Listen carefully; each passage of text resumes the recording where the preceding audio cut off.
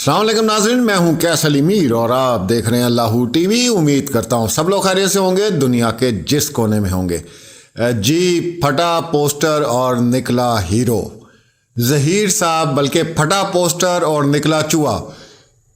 ظہیر صاحب منظر عام پر آگے ہیں اور جو وکیل صاحب ان کے ساتھ کھڑے تھے وہ کہتے جی میں تو اس کو نئے دور کا جو ہے وہ رومیو اور جولیٹ کی کہانی جو ہے میں کہوں گا، کیونکہ ہم نے اس بچپن میں سنی تھی لیکن آج ہم نے دیکھ لی۔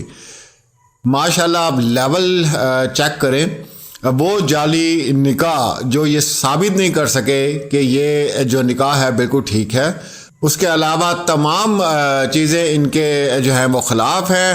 اور جناب 3 ماہ جو ہے وہ 4 صوبوں کی پولیس کو انہوں نے دھوکے دیے، کسی کی بچی کو ورغلا کے اغوا کر کے لے گئے، CDR نے ثابت کر دیا، بے انتہا شواہد مل گئے، اور جناب یہ اب پھٹا پوسٹر اور یہ نکلا چوہا جو ہے باہر آ گیا۔ کل کسی نے مجھے کوئی کلپنگ بھیجی ہے ان کے لائیو سیشن کی، اس میں ڈھکن وکیل جو ہے وہ یار ایک دفعہ دیکھیں، قسم سے وہ ہمارے دور میں ایک لگا کرتا تھا DD کامیڈی شو، شاید آپ لوگوں کو جو نئے لوگ ہیں ان کو نہ پتہ ہو، DD's کامیڈی شو یاد آ جاتا ہے۔ یہ 4 بندوں کی شکلیں دیکھتے ہیں نا، اور وہ جو ٹیڑھی ٹانگوں والا شیطان ہے وہ اس کی تو مونچھیں ہیں ہی شیخ چلی والی۔ بچپن میں ہمیں وہ کتابیں ملتی تھیں چھوٹی چھوٹی سی، جو اس کے اوپر تصویریں لگی ہوتی تھیں نا، وہ شیخ چلی کی مونچھیں ہوتی ہیں نا، بیچ میں سے غائب ہوتی ہیں اور سائڈوں پہ جو ہے وہ لمبی لمبی سی مونچھیں ہوتی ہیں۔ تو وہ ایک شیخ چلی انہوں نے بٹھایا ہوا ہے، ایک ڈھکن وکیل ہے۔ ڈھکن وکیل بھی کہتا ہے یہ محبت کی لازوال جو ہے داستان، او بھائی لازوال داستان 9 ماہ ہو گئے، لازوال داستان پہلے نکال دیتا جو اس نے نکالنی تھی۔ نکاح کو تو تم لوگ پروو نہیں کر چکے، پھر بھی آ جاتے ہو سڑی ہوئی اپنی شکلیں لے کے۔ پتہ نہیں کس طرح لوگ تمہیں برداشت کرتے ہیں، بلکہ 80 سے 90% لوگ تو ہمیں یہ کہتے ہیں کہ بھائی ہم تو لعنت بھیجتے ہیں ان کے اوپر، ہم تو صرف سننے جاتے ہیں کہ اس دفعہ یہ کیا نیا ڈرامہ اور کیا نیا جھوٹ پھیلانے کے لیے آئے ہیں۔ اور باقی کل فیاض رامے سے بھی جو بات ہوئی تھی آپ لوگوں کے ساتھ میں نے وہ شیئر بھی کر دی تھی، وہ جو ٹیڑھی ٹانگوں والا شیطان کہتا ہے جی میں نے کھانا کھایا ہے فیاض رامے کے ساتھ اور یہ مجھے ملے ہیں، وہ کراچی گئے ہی نہیں ہیں۔ تو اتنا مطلب یہ دھڑلے سے جھوٹ بولتے ہیں قسم خدا کی کہ کمال ہے۔ تو اب رہ کچھ نہیں گیا تھا ان کے پاس، کیونکہ اب یہ ایک ہمدردی لینے کے لیے باہر نکلا ہے ظہیر، کہ شاید میں لوگوں کی اس طرح ہمدردی اکٹھی کر لوں کہ دیکھو میرے ساتھ کتنا ظلم ہو رہا ہے، میرے ساتھ جو ہے بڑی زیادتی ہو رہی ہے۔ تو یہ بھی ان کی ایک چال ہے اور اس کو سمجھایا گیا ہے، بتایا گیا ہے کہ بھائی بولو تاکہ لوگوں کے سامنے کوئی ہمدردی تمہاری پیدا ہو کہ ہاں جی میں نے کوئی گناہ نہیں، میں نے نکاح کیا۔ اور تو نے نکاح کیا کس طرح ہے اور کس عمر کی بچی کے ساتھ کیا ہے؟ تو نے نکاح کیا ہے، کیا یہ جائز ہے؟ بچیوں کو ورغلا کے اور ان کو اغوا کر کے تم جعلی نکاح جو ہے وہ کر رہے ہو، تمہارا نکاح خواہ بھی ہے وہ جعلی ہے، جو گواہی دے رہا ہے وہ بھی جعلی ہے، سارے کام تم نے 2 نمبر کیے ہیں، پورے پاکستان میں منہ چھپاتے تم پھر رہے ہو۔ اب تم آگے ہو جو ہے وہ محبت کا حق جتانے کے لیے۔ یہ بھی ان لوگوں کی چال ہے، صرف لوگوں کی ہمدردی حاصل کرنے کے لیے، لیکن ہمدردی ان کو کیا ملنی ہے؟ ان کو کوئی ہمدردی نہیں ملنی اور کوئی گنجائش کسی کے پاس نہیں ہے کہ ان کو معاف کیا جائے یا ان کے اس ڈرامے بازی میں آئے۔ اور یہ جو 4 انہوں نے بٹھائے ہوئے ہیں نا، مہاتما گاندھی کے 3 بندر تھے، یہ 4 بندر ہیں، ظہیر گینگ کے 4 بندر ان کا ہم نے نام رکھا ہوا ہے۔ تو یہ 4 بندروں کا جو ہے نا وہ تماشا دیکھ لیا کریں، بیچارے گھنٹے کے لیے آتے ہیں، عزت بھی انہوں نے رکھنی ہے، بڑی ایک قسمیں کھاتے ہیں اور بڑے بڑے قرآن انہوں نے اٹھائے ہیں۔ وہ ظاہری بات ہے اپنی جو ان کی آڈینس ہے ان کو کوئی ٹائم دے کے کچھ نہ کچھ کر کے تو انہوں نے کرنا ہی ہے نا، ان کو بہلانا تو ہے انہوں نے کسی نہ کسی طریقے سے۔ کوئی بندہ ان لوگوں نے نہیں چھوڑا، کہاں سے یہ لوگ شروع ہوئے ہیں۔ شیلا رضا کو انہوں نے جو ہے وہ پہلے نشانہ بنایا، پھر اس کے بعد مہدی علی کاظمی، پھر اس کے بعد جبران ناصر، پھر اس کے بعد فیاض رامے، اور پتہ نہیں جو آتا گیا جناب اس کو انہوں نے کہا کہ یہ سارے ہی گندے لوگ ہیں۔ اقرار الحسن تک کو انہوں نے نہیں چھوڑا۔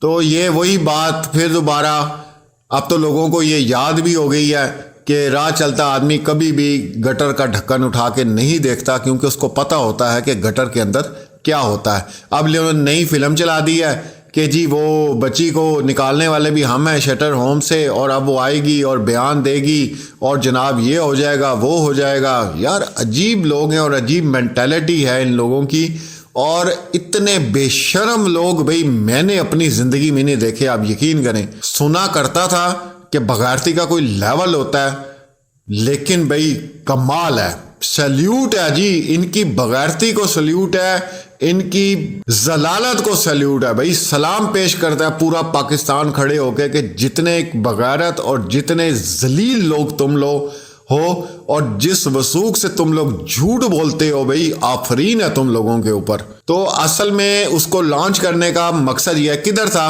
ظہیر، کدھر تھا ابھی تک، کدھر تھی اس کی محبت؟ اس کو تو اپنی جان کے لالے پڑے ہوئے تھے، ٹھیک ہے. اور اگر وہ لاہور نہیں جا رہا، وہ تو کورٹ کی آرڈر کی وجہ سے لاہور نہیں جا رہا، کیونکہ کورٹ نے منع کیا کہ آپ نے ہر پیشی میں جو ہے وہ حاضر ہونا ہے، اور جس بندے نے سیکورٹی دی ہوئی ہے نہیں تو وہ پھنسے گا. وہ تو اس لیے بیٹھا ہوا ہے، وہ کسی اور وجہ سے تھوڑی بیٹھا ہوا ہے. نور بھی اسی وجہ سے جو ہے وہ کراچی آئی ہیں، شبیر بھی اسی وجہ سے وہاں موجود ہے، کیونکہ ان کی گارنٹی دی گئی ہے کہ یہ ہر پیشی پہ آئیں گے. وہ بڑے وثوق سے اور بڑے جناب دھڑلے سے، وہ دیکھیں جی وہ تو ہر تاریخ پہ ادھر پہنچتا ہے. اور بھائی اس کو پہنچنا ہے، ٹھیک ہے نا، کورٹ کے آرڈر ہے یہ. وہ اپنی محبت یا ان چیزوں کی وجہ سے نہیں وہاں پہنچتا. کورٹ نے آرڈر دیے ہیں کہ آپ نے ہر تاریخ کو یہاں پیش ہونا ہے. اگر وہ نہیں ہوگا تو جس نے اس کی گارنٹی دی ہوئی ہے اس کی چترول ہوگی. ڈکن وکیل صاحب، بڑی آپ کی جینز کی پینٹ کے اندر سے پھٹی ہوئی جیسے گوڑا باہر منہ نکلا ہوتا ہے، ایسی آپ کی شکل ہے. اللہ آپ کو نیکی کی ہدایت دے. ملتے ہیں اگلی ویڈیو میں. اللہ حافظ.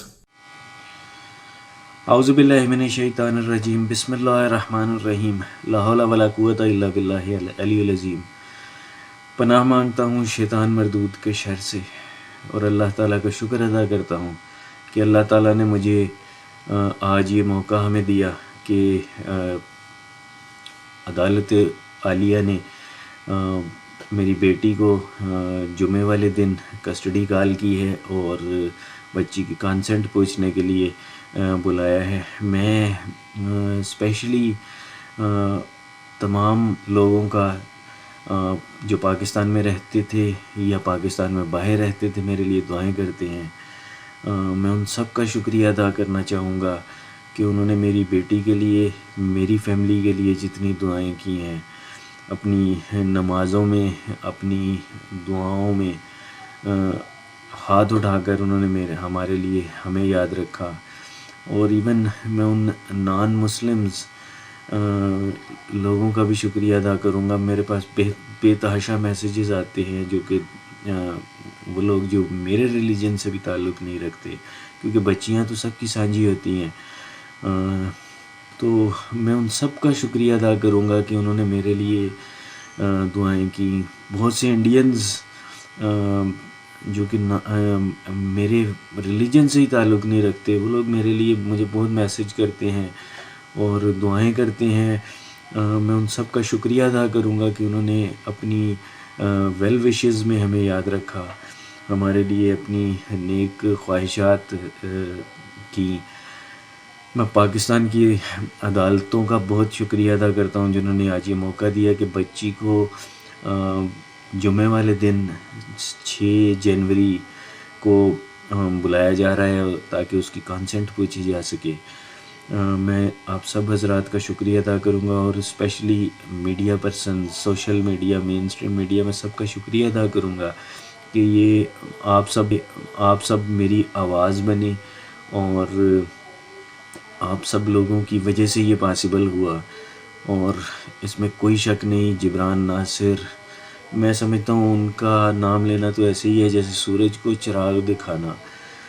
میرے پاس ورڈز نہیں ہیں کہ میں کیسے ان کا شکریہ ادا کروں. انہوں نے اس کیس میں جتنی انتھک محنت کی ہے ان کا بے پناہ شکریہ ادا کرتا ہوں. اور میں امید کرتا ہوں کہ یہ کیس جلد بچی کو بلانے کے بعد، اس کی کانسنٹ پوچھنے کے بعد، ایز پر لا بچی کی کسٹڈی ہمارے حوالے کرے، اور اس کے بعد یہ کیس اپنے انجام کو پہنچے، جلد اپنا ٹرائل مکمل کرے.